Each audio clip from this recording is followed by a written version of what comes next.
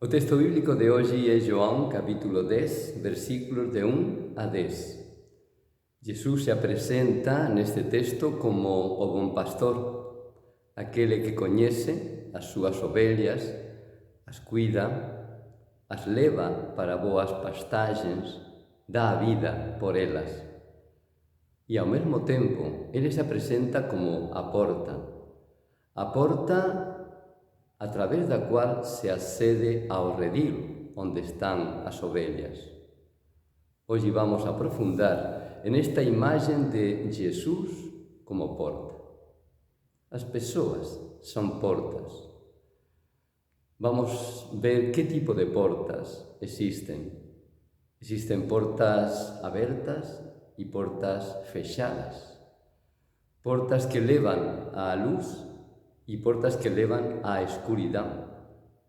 Portas que levan á vida e portas que levan á morte. Portas que levan á salvación e portas que levan á perdición.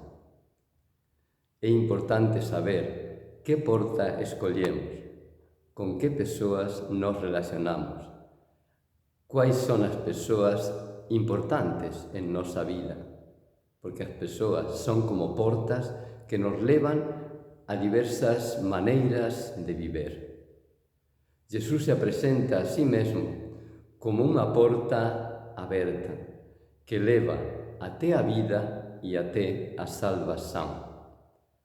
Ele diz concretamente no texto de hoxe que ven para dar vida e vida en abundancia. Jesús, porta aberta.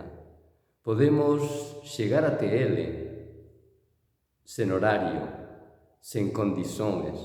Ele nos acolle na situación en que estejamos, no momento que estejamos vivendo, sempre estará a nosa disposición para acollernos, para escutarnos e para transmitirnos vida.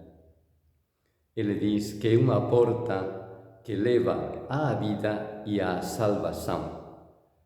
Quen escolle Jesús, quen segue Jesús, ten a garantía de que vai ter vida plena, vida eterna, como ele mesmo está falando nos días anteriores. Podemos confiar nele, podemos entregarnos a ele porque temos a certeza de que con ele vamos pelo bon camiño, o camiño da vida e o camiño da salvación.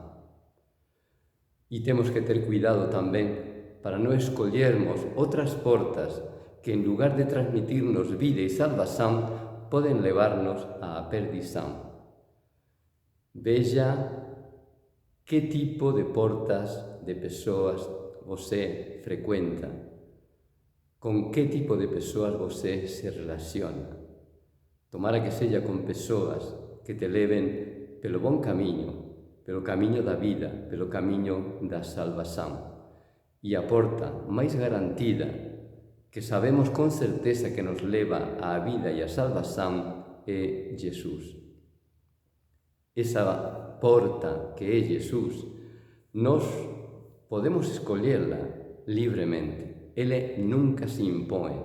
No texto de hoxe, ele tamén diz que ele é esa porta pela cual podese entrar e sair con liberdade.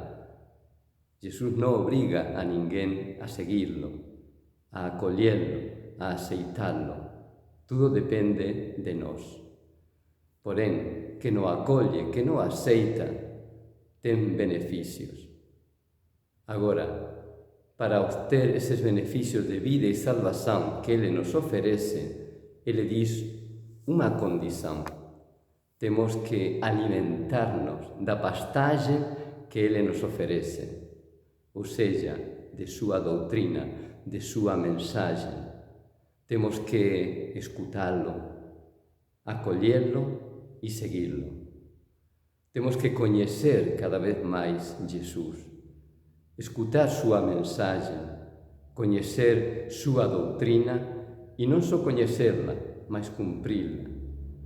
Quen cumpre a doutrina de Jesús, que nos segue, pode ter certeza de que está no bon camiño, o camiño da vida e o camiño da salvación.